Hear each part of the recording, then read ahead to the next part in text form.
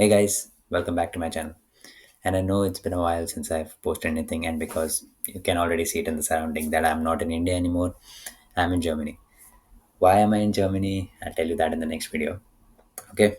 But anyway, I'm back and I'm going to start posting every single week. Okay. I hope to keep the consistency back up. Okay. So today, let's look at a different automation. Today, we're going to look at an invoice agent. This is what your invoice agent looks like. Now, what's happening here is every single time inside of Slack, if I send a PDF of an invoice, what this automation will do is it will take that PDF, extract all the information from that given PDF, and update my Google Sheet for me. And it will look something like this. I have the invoice number, the name, the amount, email, the phone number, and the item that they bought. So, without any further ado, let's just get right into it. Okay. So, in order to make this automation, first you need to log into Slack. And I'm assuming most of you just know how Slack works. But if you don't know, Slack is a communicating platform, kind of like Telegram, but it's more, what you can say, business friendly.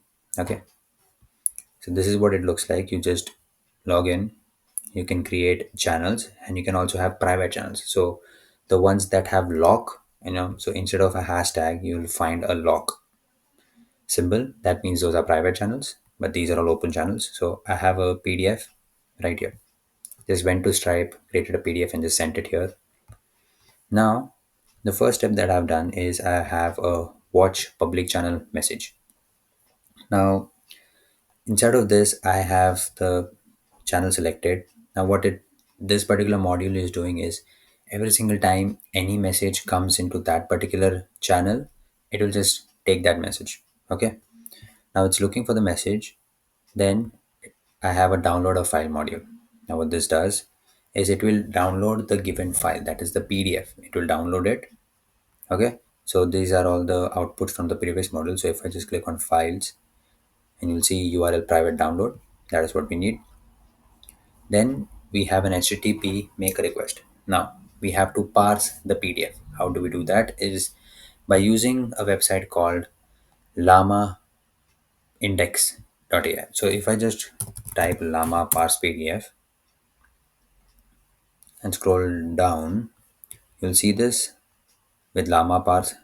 Just click on that. And once you're in, it will look something like this. So the first step that you have to do is you have to create an API key. So just click on API keys and just click on generate a new key, give it a name, start using the key. Okay. After you have done that, just click on home, scroll all the way down, click on direct API, then again scroll down, click on APIs. Now here you need to follow three steps. The first one is upload a file and start parsing. The second one is check the status of a parsing job. And third is retrieve results in Markdown. Okay, so let's go through them step by step. The first is we upload a file and we start parsing the file. Okay, how do we do that? Is we have a post request. Here is the link. One, we have three headers. Okay, and you don't need to worry about this. Just let it be. Okay, so first we have the URL. The method is post method. We have the first header. Have the second header, which I'm not going to show you because that is my API key. And then this is what you need to be aware of. The format is not going to be raw like we do every single time. It's going to be multi-part form data. Then the field type will be file because it is a file, not a text. The key, just type in file, indicating that it is a file. And then you will have a module that says Slack download a file, just map that in. Okay. Make sure to click pass response as yes and then just hit save. Okay. Now what we're doing here is we're technically giving it the file. It is looking and we're just uploading the file into Llama parser. Okay. Then we wait for 30 seconds, the sleep module, because the uploading and the time between uploading and getting the result, it takes time. So we have a parse module, and then we have the next step, that is check the status of the parsing job. Okay, so in here it is a get request. Here's the URL, here's the header number one and header number two. So if I just go back here, we have another make request, same the URL, but here if you just notice right here, it says job ID. Now that job ID is technically the ID that you get from the first HTTP request. Okay, just remove those angle brackets, the whole angle bracket inside which is written job ID. Just remove that thing, replace it with the ID that you get from the first one. Okay, I'll just show you. This is how it looks like. So the output, inside of output, the data, you'll see ID. Just paste that in. The method is get. We have the first one. The second one is my API key. Of course, I'm not going to show it. Once that is done, this will check the status. So if I just show you the output, it shows status as success. That means the parsing is complete. Then what we'll do is click here. Now we have the third one. So retrieve results in Markdown. The method is get. Again the URL. Now see here we have the job ID again. Just replace that. The header number one. Okay, and the header number two. Again, we'll do the same thing. Header number one, header number two. Once we've done all of that, now we're going to use an AI. Now we're using Grok, OpenAI. Now, this is what I've actually said to the AI. You're a helpful and intelligent assistant. You'll be given an invoice, in a markdown format, and it is your job to convert that into an array. Okay.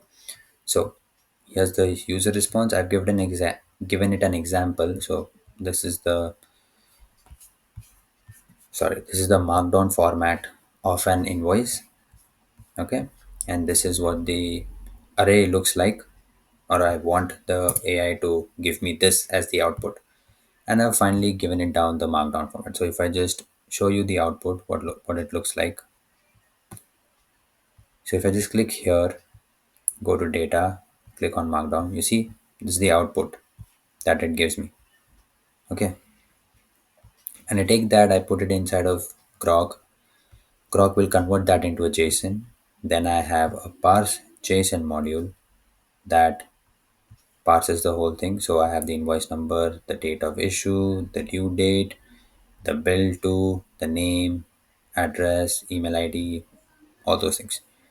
Now I have an iterator because inside of this we have some arrays. So if you see description, the items, the unit price, the total are inside of an array. So I want that whole thing to be accessible. So I put an iterator and I just inputted the description so that I can access any of those items inside of that description easily. So if you just look at the Google Sheet, I have the invoice number, the name, the amount, bill to, the phone number, as well as the item. Now that is how you make this particular automation. I know this was a quick one, but I still hope that you enjoyed this. I hope you understand something about parsing PDFs, which is also possible with automations. So from now on, I'll try to post every single week, and I hope to keep up the consistency. See you guys in the next video in the next week. Thank you so much. Bye bye.